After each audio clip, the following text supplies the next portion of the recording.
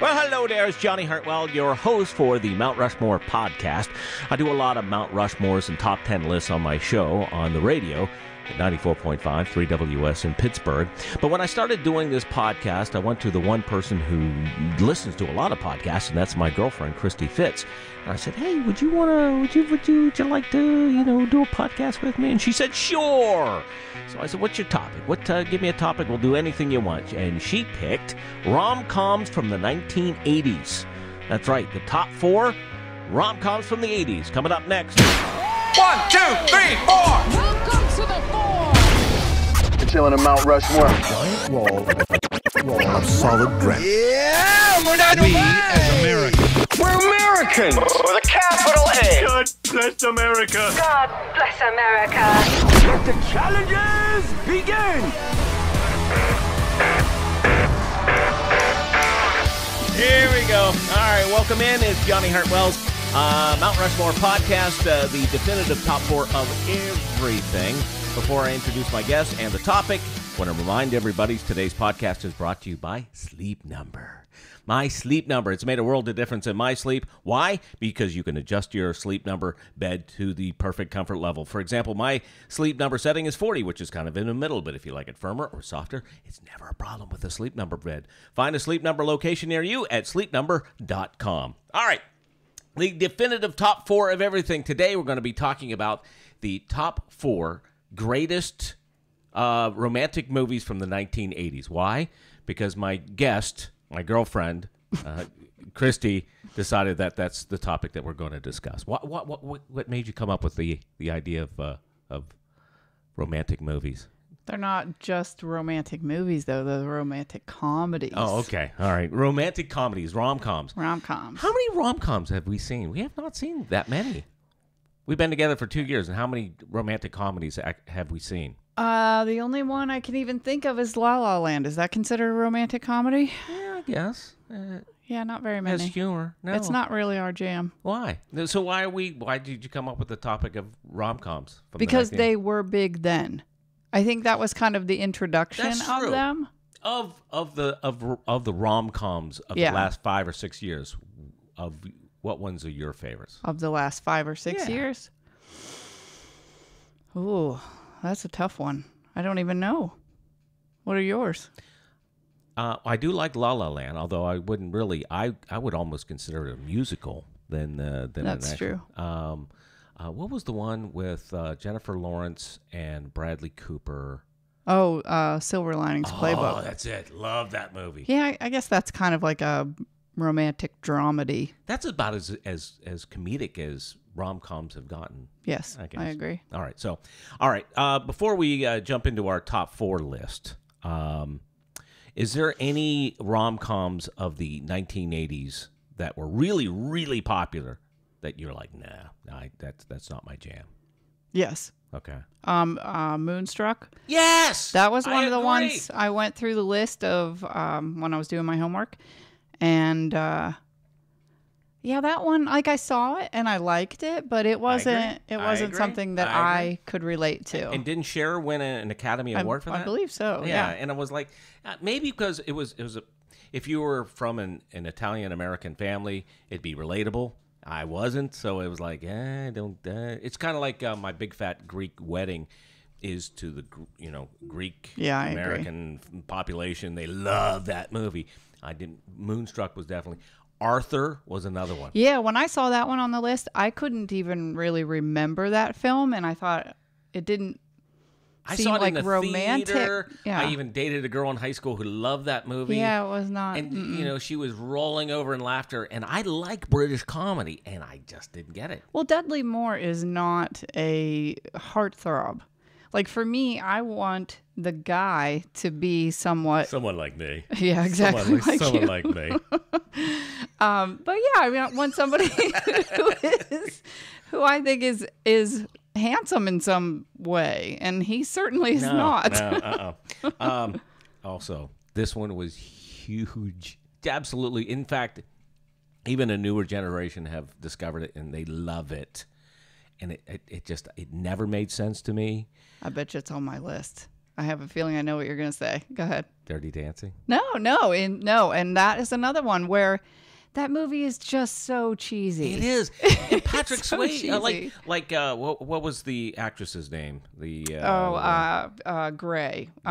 Jennifer Grey. Yes. Jennifer Grey. She was like 16 and he was like 80. And it just like no, but he looked like he was in his 30s. Yeah. Like he had a very mature body and she looked very, like a teenager. Kid, yeah. And I was like, that's a little creepy, don't you think? Yeah, I agree. Yeah, nobody puts a baby in a corner. All right, we're jumping into our top 4 greatest favorites of rom-coms of the 1980s. So we're going to go 4, 3, and 2, and 1. So do you want to do all 4 of yours, or do you want to just go back and forth like a ping pong match? We can do whatever you want. It doesn't matter to me. I'm having a real hard time putting them in any kind of order. Oh, okay. I almost kind of have a tie, and I have a good explanation There are no why. ties on the Mount Rushmore. No, I can't tie. Yeah, I don't care. Okay. There are no rules. All right, so number 4 on your Mount Rushmore. Number 4 would be Say Anything. With John Cusack and Ione Skye. Yes. Love that movie. So good. And it's iconic. I mean, even people who have not seen that movie recognize, the guy in the trench coat With the boombox. outside. Yes. Yeah. Do you know what he wanted to play on the boombox? No. He wanted to play Fish Bones Boning in the Boneyard. And the director was like, you cannot do that. And he had to sweet talk Cusack into using the Peter Gabriel song because he didn't want to use it at all. Wow. Which is pretty funny because that scene would not be the same with that song. Now, what do you think of the Peter Gabriel song? Do you like that song? Yeah, it's a great song. Okay. All right. Yeah. All right. Now, number 4, I struggled with because there were a lot of ones that I was like, ooh, I really like that one. I considered putting them in the top 4. Did you ever see the movie Roxanne from with Steve Martin? Yeah, I did. Loved that movie at the time. I don't know if it holds up though. You don't see it very often on television, so I didn't put it on. About Last Night, do you remember that? That was Yes. that was one of the few Brat Packer movies that I enjoyed. Now, do you? You did like that one? I did. I did like that one. It's so depressing, though. You know Is what? that, or you know what? No, I'm thinking of St. Elmo's Fire. That's the one that's so sad. Okay. Do you have a lot of Molly Ringworm's movies in your top 4? Don't call her that. What's her name? Ringwald. Well, that's it. That was Yes. close. I was so close. No, you weren't. No. Not even a little bit. All right. I have 2. I knew it. I knew it. That's my tie. And oh, really? Yes. Okay. Now, because to be honest with you, the only Molly Ringworm movie that Stop! Don't call her that. We'll be fighting. Well, this is why I invited her because we agree on everything. All right, we agree on some things. All right, we don't agree on much.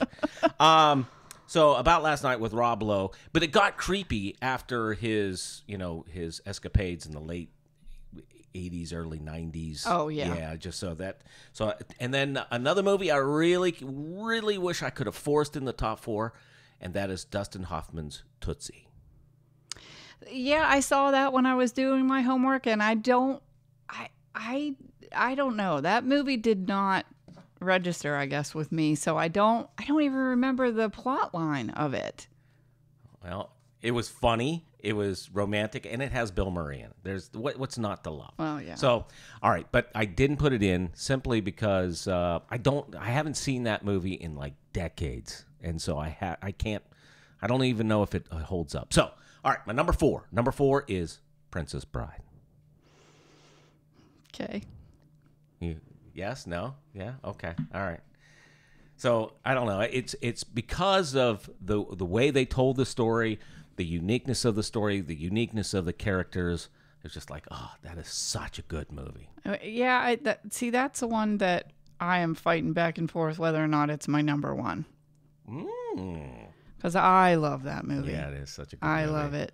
And it is so sweet. It is. It's so sweet, and it's universally loved. You could be a small child and kind of look at the characters and kind of follow along. As adults, you get the adult humor in it, and the writing is so cute and so well written. You don't see a lot of comedies. No, you don't see any comedies written like that. No, it's fabulous. All Even the parts where I can't think of his name, where he's the grandfather and the grandson. Oh, like Peter Falk. Yes, Peter Falk. Yeah. And what is his name? All I can think of is Kevin from The Wonder Years. Oh, yeah, exactly. I can't remember the characters' names. But all of it is good. So many of my DJ friends know all the quotes, and I don't, which is a shame because there's so many quotable lines in that movie. The Inigo Montoya lines are the best. Yeah, something about my father. Yeah. You kill my father, prepare to die.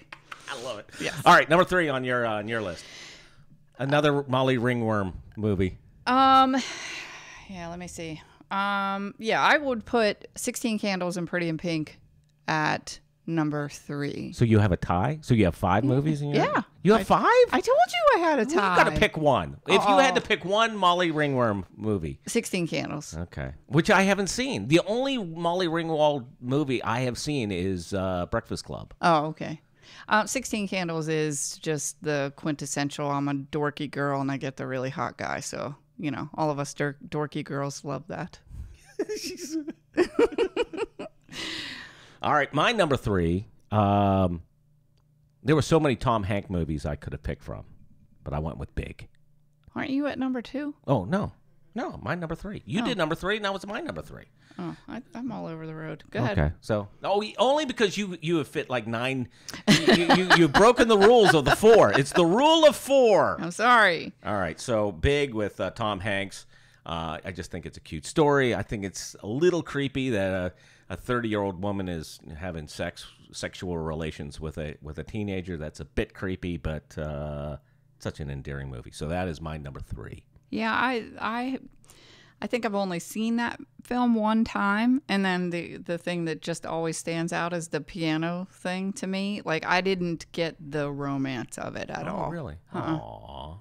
I didn't. You're heartless. I am. You were so heartless. Hey, you know me. All right, number 2 on your list. Well, that's where I think we jumped around. I guess. Oh, no. Okay, I'm good. When Harry Met Sally. Oh, great movie. Yes. And when it first came out, I didn't think I'd be able to relate to it because, again, with the Billy Crystal not like a hot guy, and that was difficult which made at first. It a really good movie because Meg Ryan was America's sweetheart at the time. Yes. And Billy Crystal was kind of like, he came from TV portraying a gay character on soap. Yeah.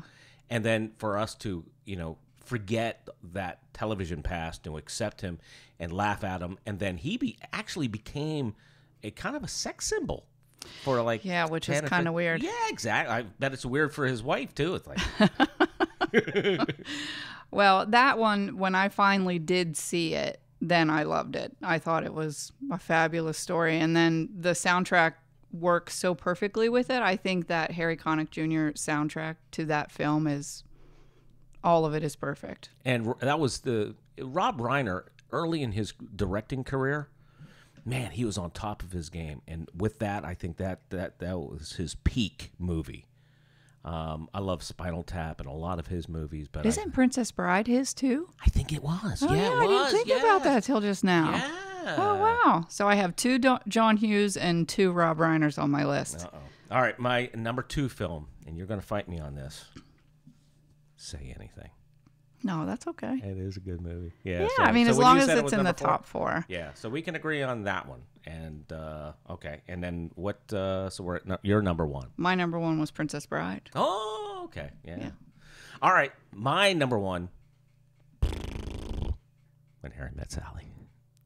Yeah, that makes sense. Okay, so we agreed on 3 of them? Yes. Wow, Princess that's pretty Bride, good. Say Anything, and When Harry Met Sally. I'm surprised you had the Princess Bride in there. Why? I didn't think that. I don't know. I didn't think that it would. You don't even know me. You don't even know me. I'm learning.